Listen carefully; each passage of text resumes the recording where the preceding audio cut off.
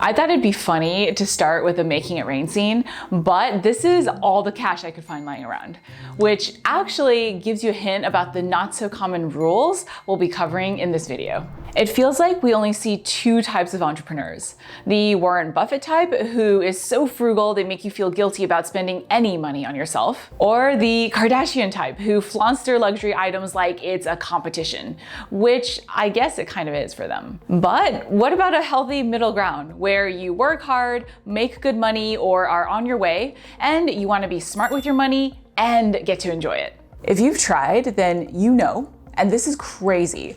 Good advice for that is a lot harder to find than it should be. Our first money teachers, our parents, as much as we love them, aren't always the best go-tos. Like my parents, their money philosophy is to work hard, keep your head down, and spend money only when you need to. It worked for them, but that doesn't even help you with basic money management or investment skills. In fact, once when I asked my parents how they managed a budget, you know what they said?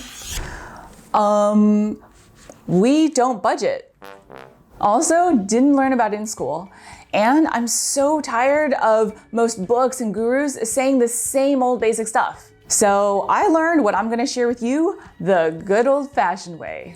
The school of life and hard knocks. The first rule is a little counterintuitive, but the best way to think about it is a puzzle from Malcolm Gladwell's book, The Tipping Point. If I give you a piece of paper and ask you to fold it in half, and then take that folded paper and fold it over in half again, and then do it again and again until you've refolded that paper 50 times, how tall do you think that end piece of paper is going to be? Most people guess about as thick as a large textbook or the height of a tall mirror or refrigerator. The crazy truth is that the height of that folded paper would be the distance from the Earth to the sun. And if you folded it one more time after that, the height of that paper would be the distance to the sun and back. It's kind of like the idea of compound interest. And it's the idea that growth is not linear at all. It compounds. But it's hard for us to grasp because it's scientifically not how our minds work. Money is the same way. You will struggle with money and it will feel like your growth is so slow until the day you don't. I started my first business almost a decade before my overnight business success. And there were so many times during those years when I honestly thought that I was never going to succeed.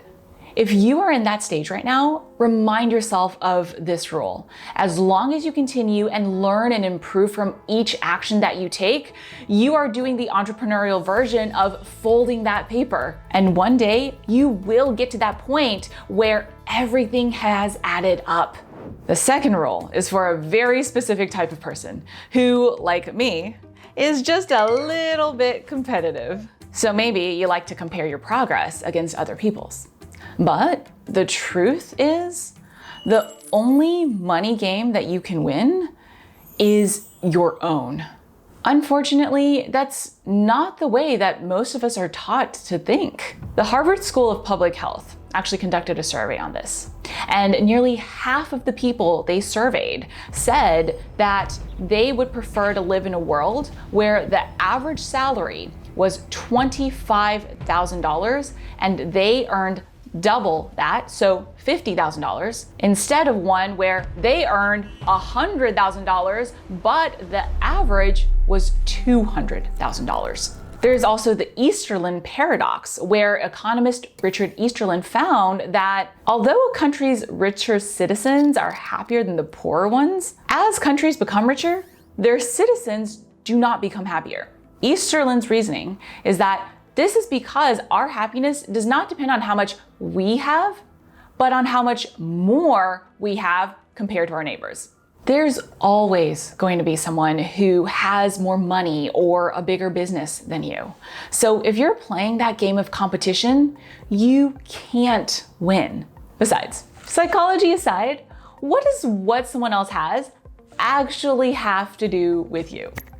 So our job as entrepreneurs is to understand that we are programmed this way and then choose to focus on our own money game by setting our own goals and working towards them.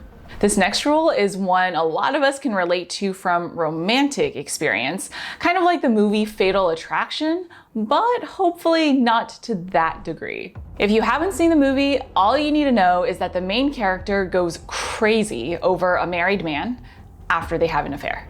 She wants him and she has to have him so bad that she becomes an obsessed, needy person. Of course, because it's a movie, it's very exaggerated, but long story short, it's a huge turnoff. Money is the same way. The more you need it, the more you will continue to need it. You've definitely experienced this. If you've had someone try to sell you something in this desperate, needy energy, you probably didn't want to give them your money, right? But when someone is confident and believes in their product without being attached to whether or not you buy from them, Steve Jobs and iPhones, I know I'm like, take my money. And I know we all have bills to pay, but no matter how much you need it, thinking that way is not going to bring you the money that you want. Instead, the next time you're tempted to fall into that energy of needing that next sale or needing to hit that next revenue goal, try channeling some of that sexy Steve Jobs energy, where you're focused on how amazing your product is, how much you believe in it, and of course, how much people are going to love it. This last one is for you if you've ever thought that it takes a certain amount of luck to succeed. You're right. As the saying goes, luck is better than skill. But there's something that's better than both, and that is timing. Bill Gross, the founder of tech startup incubator Idealab, analyzed 200 companies, including YouTube, Instagram, Airbnb, and more, because he was trying to figure out the #1 factor that determines a startup's success. Turns out, that factor, which accounts for 42% of the difference between success and failure, was timing.